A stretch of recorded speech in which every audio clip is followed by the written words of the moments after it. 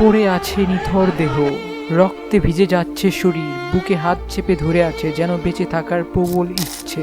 অকাল মৃত্যু কেউই মেনে নিতে পারে না। পারভেজ নামের এই ছেলেটি তার নিজ ক্যাম্পাসেই প্রাণ হারায়। বিকাল 4 ঘটিকার সময় বেসরকারি বিশ্ববিদ্যালয় শাখার ছাত্রদলের সক্রিয় কর্মী, ইঞ্জিনিয়ারিং বিভাগের মেধাবী শিক্ষার্থী জাহিদুল ইসলাম পারভেজ নির্মম হত্যাকাণ্ডের শিকার হন। সোশ্যাল মিডিয়ার তথ্য মতে পারভেজ তার 2 বন্ধুকে নিয়ে ক্যাম্পাসের সামনে সিঙ্গারা খাচ্ছিল।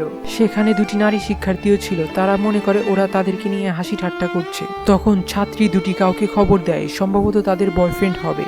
তার কিছুক্ষণ পরেই ক্যাম্পাসে 3টি ছেলে এসে পারভেজদেরকে হাসার কারণ জানতে চাইলে দুপক্ষের মধ্যে কথা কাটাকাটি হয়। বিষয়টি বিশ্ববিদ্যালয়ের কর্মকর্তারা মিটমাট করে দেন।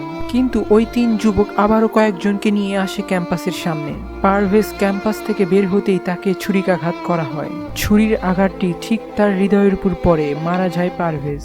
একেবারেই তুচ্ছ ঘটনা, সামান্য একটু হাসির জন্য প্রাণ হারাতে হলো তার। আমরা কেমন সমাজে বাস করি যেখানে মন খুলে হাসলেও প্রাণ হারাতে হয়? এমন তুচ্ছ ঘটনা নিয়ে কারো প্রাণ যাওয়া আমাদের দেশে এটি প্রথমবার নয়। আপনারা কিছুদিন আগের এই নিউজটি দেখুন। সামান্য একটি ফোন চুরির দায়ে এক মানসিক প্রতিবন্ধী যুবককে ভাত খাইয়ে পিটিয়ে হত্যা করা হয়। আমরা কেমন সমাজে বসবাস করি? পারভেজের পরিবারকে কি জবাব দেব আমরা? মা বাবা তার সন্তানকে অনেক আদর যত্ন দিয়ে মানুষ করে, আর সেই সন্তানের মৃত্যু যদি হাসির কারণ হয় তাহলে কি জবাব দেব আমরা? মানুষের জীবন কি এতই তুচ্ছ হয়ে গেছে? বিষয়টি নিয়ে থানায় মামলা করা হয়েছে। পুলিশ সত্যতার যাচাই করার চেষ্টা করছে।